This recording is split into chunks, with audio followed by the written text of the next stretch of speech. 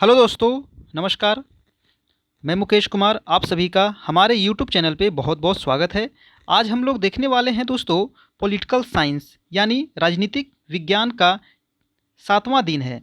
6 दिन हो चुका है और ये पिछला वीडियो आप नहीं देखे हैं तो आपको प्लेलिस्ट में सभी वीडियो मिल जाएगा और इस वीडियो के नीचे भी आपको लिंक दे दिया जाएगा जहाँ से आप इसको आसानी से देख सकते हैं। आज हम लोग देखने वाले हैं मौलिक अधिकार भाग 2। भाग 1 हो चुका है इसके पिछले वीडियो में, आज होगा भाग 2। और जो कल वीडियो आएगा पॉलिटी का वो होगा आपका नीति निदेशक तत्व।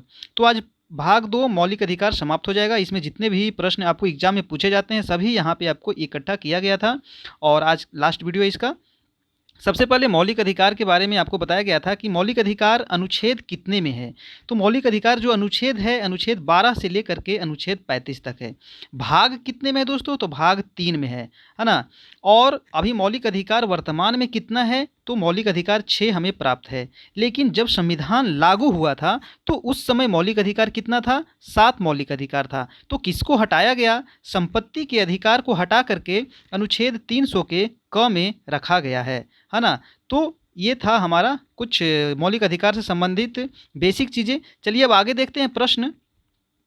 आज का पहला प्रश्न है कि डॉक्टर भीमराव अंबेडकर ने निम्न मौलिक अधिकारों में से किसे संविधान का हृदय एवं आत्मा कहा है? बहुत बहुत इंपॉर्टेंट प्रश्न भी आई है, बहुत बार आपको एग्जाम में पूछा गया है कि अगर क्वेश्चन में पूछे कि भीमराव अंबेडकर ने संविधान का हृदय एवं आत्मा किसे कहा है तो आपका आंसर हो जाएगा संवैधानिक उपचारों का अधिकार, यानी आंसर होगा आपका डी। और अगर क्वेश्चन पूछा जाए सिर्फ भीमराव अंबेडकर उसमें नहीं पूछे और सिर्फ पूछे संविधान का हृदय एवं आत्मा किसे कहा जाता है तो हो जाएगा आपका आंसर प्रस्तावना, है ना। सिर्फ क्वेश्चन पूछा जाए कि संविधान का हृदय एवं आत्मा किसे कहते हैं तो क्या हो जाएगा? प्रस्तावना। लेकिन अगर भीमराव अंबेडकर क्वेश्चन में आ जाए तो आपका आंसर हो जाएगा संवैधानिक उपचारों का अधिकार। ये बहुत बार हमेशा घुमा फिरा कर एग्जाम में पूछा जाता है, तो आप लोग ध्यान रखिएगा।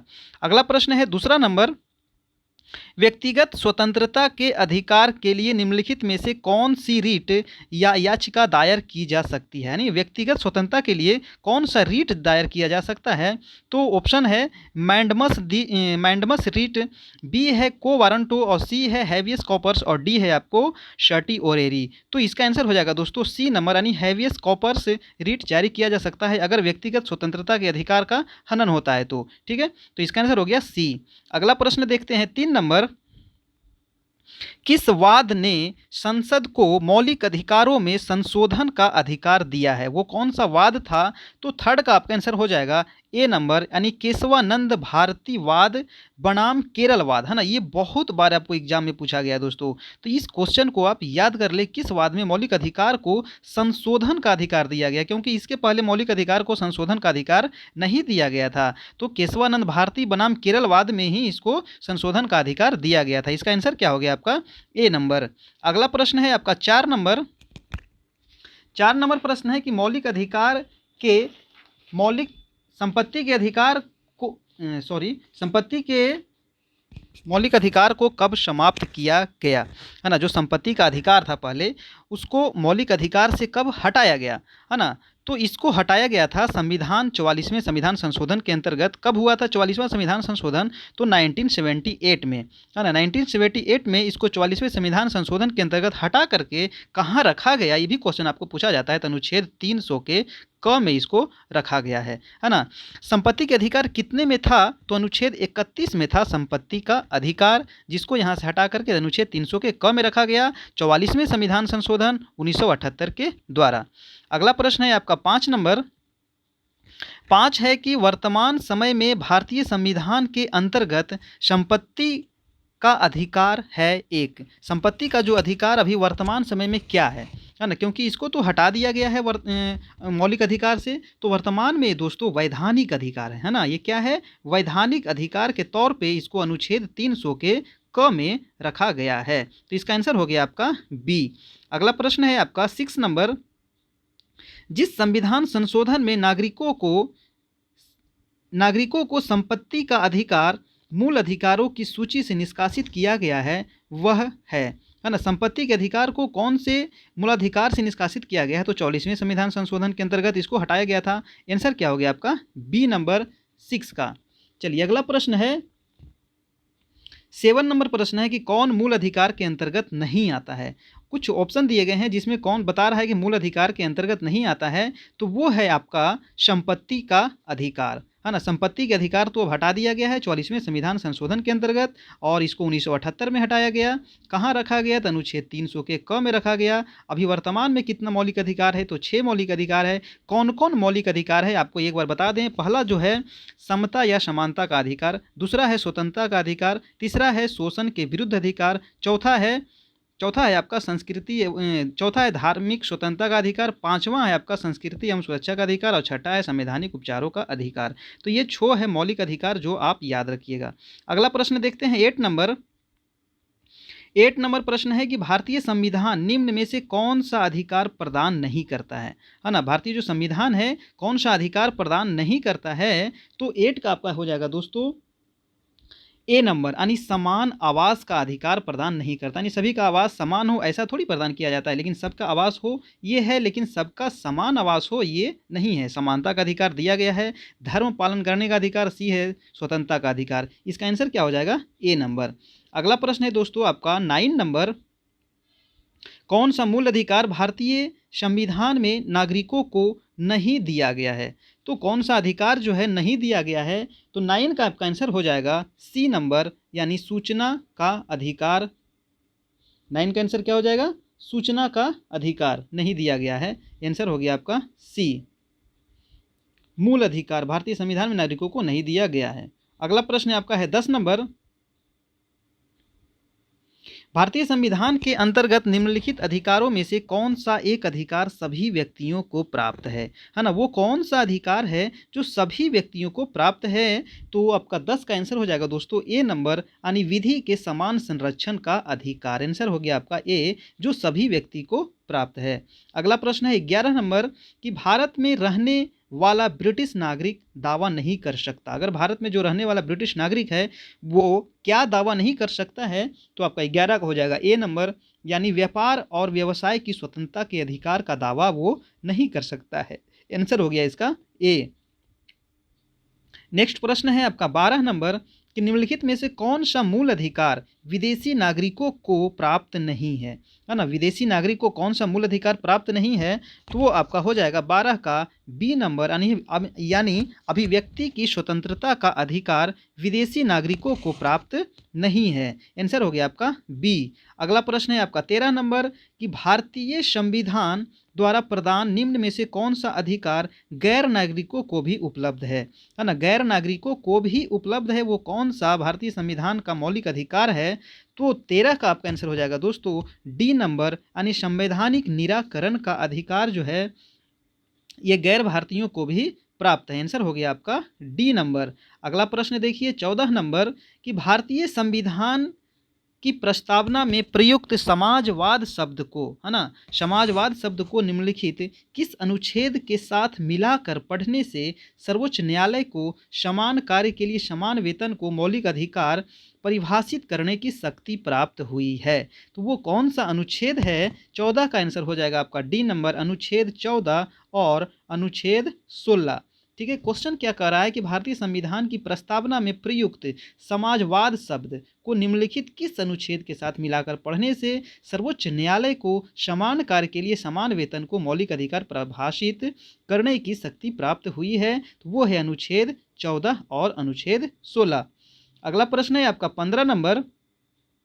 15 नंबर प्रश्न है कि भारतीय संविधान निम्नलिखित अनुच्छेदों में से कौन सा एक लोक नियोजन के विषय में भारत के सभी नागरिकों को अवसर की समानता की प्रत्याभूति प्रदान करता है? वो कौन सा अनुच्छेद है दोस्तों? तो 15 का आपका आंसर क्या हो जाएगा? बी नंबर, यानी अनुच्छेद 16 का 1 और अनुच्छेद 16 का 2। इसमें क्या कहा गया है कि एक लोक नियोजन के विषय में भारत के सभी नागरिकों को अवसर की समानता की प्रत्याभूति प्रदान करता है।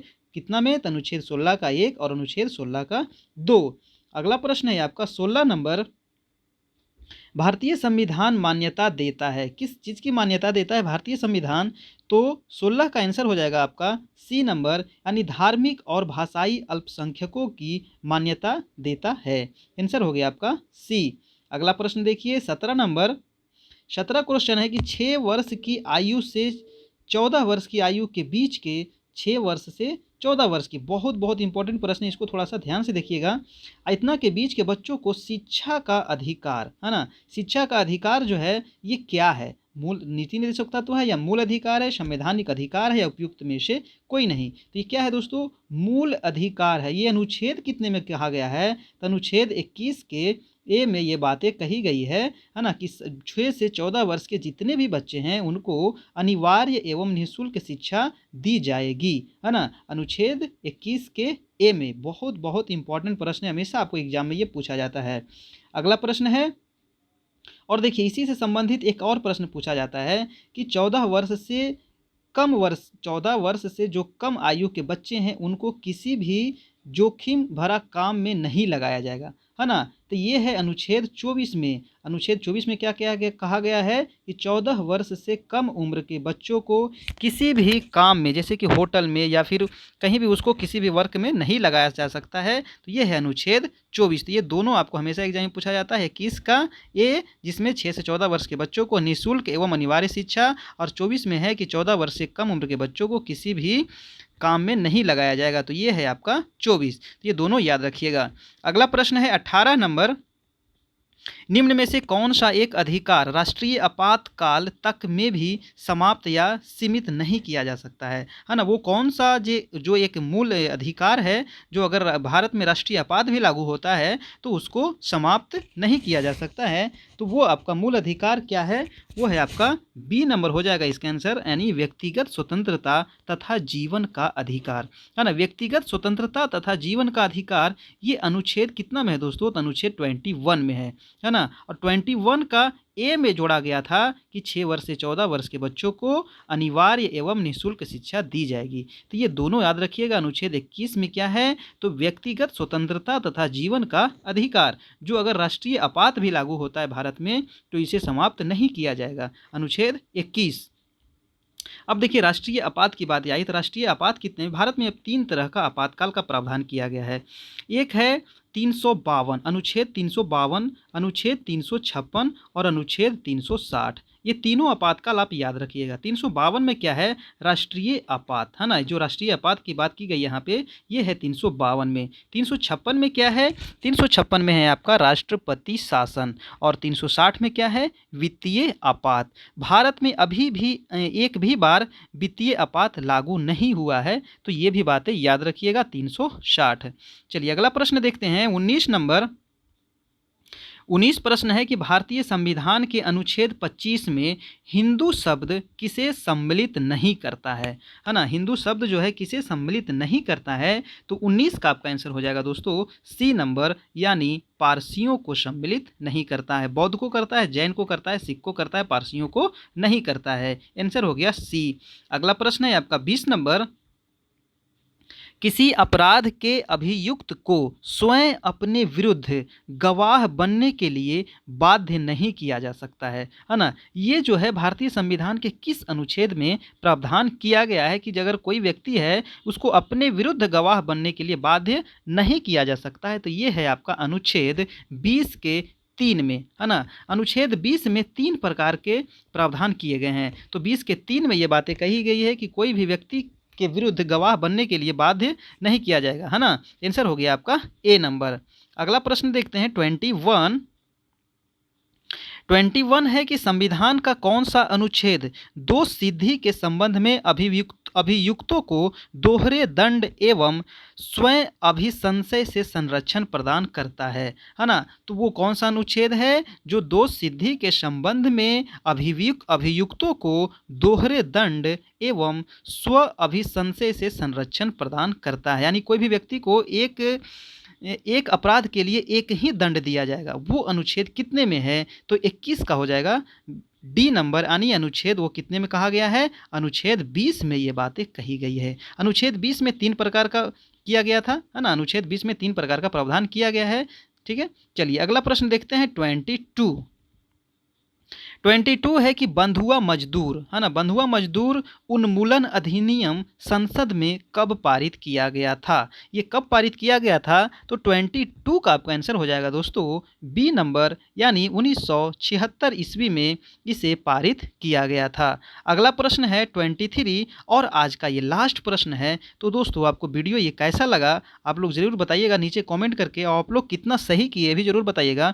और किसी को अगर पीडीएफ इसका चाहिए तो आप हमारे टेलीग्राम चैनल ज्वाइन करें, वहाँ आपको पीडीएफ मिल जाएगा जहाँ से आप आराम से डाउनलोड कर सकते हैं। और आप ये चैनल हमारा अभी तक आप सब्सक्राइब नहीं किए हैं तो प्लीज़ ज़रूर एक सब्सक्राइब कर लीजिएगा, बेल आइकन प्रेस कर लीजिएगा, क्योंकि इसके आगे जो आपको पढ़ाया जाएगा कल वो होगा राज्य के नीति निदेशक तत्व। और उससे जितने भी प्रश्न आपको एग्जाम में पूछे जाते हैं तो हमेशा 1 या 2 प्रश्न आपको पूछे ही जाते हैं नीति निदेशक तत्व से और मौलिक अधिकार। ये बहुत ही इंपॉर्टेंट चैप्टर था, तो ज़रूर सब्सक्राइब कर ले ताकि आप उसको आसानी से देख सके। तो 23 नंबर क्वेश्चन है दोस्तों आज का लास्ट प्रश्न कि जोखिम भरे उद्योगों में बाल श्रम उपयोग निषिद्ध किया गया है। ये कब से निषिद्ध किया गया है ना? बाल श्रम निषिद्ध। तो ऑप्शन है 23 का आंसर क्या हो जाएगा? उपयुक्त सभी के द्वारा, है ना, भारत के संविधान के द्वारा किया गया। बी है आपका 10 दिसंबर 1996 के सर्वोच्च न्यायालय के निर्णय के द्वारा किया गया और संयुक्त राष्ट्र के चार्टर के द्वारा किया गया। तो इसका आंसर हो जाएगा आपका डी नंबर, यानी उपयुक्त सभी के द्वारा जोखिम भरे उद्योग में बाल श्रम का उपयोग निषिद्ध किया गया है। आंसर क्या हो गया आपका 23 का डी नंबर। तो ये था हमारा आज का मौलिक अधिकार भाग 2। आप सभी को कैसा लगा ज़रूर बताइएगा नीचे कमेंट करके। और ये हमारा व्हाट्सएप ग्रुप है दोस्तों, और ये हमारा चैनल नेम है। अगर आप सब्सक्राइब नहीं किए हैं तो प्लीज़ सब्सक्राइब कर ले। ये टेलीग्राम है जहाँ से आपको पीडीएफ प्राप्त हो जाएगा, आराम से आप वहाँ से डाउनलोड कर सकते हैं। ये हमारा फेसबुक पेज है, इसे आप ज़रूर लाइक करें। तो ठीक है दोस्तों, कल फिर मिलते हैं, तब तक के लिए आप लोग अच्छे से तैयारी करते रहें। जय हिंद, जय भारत।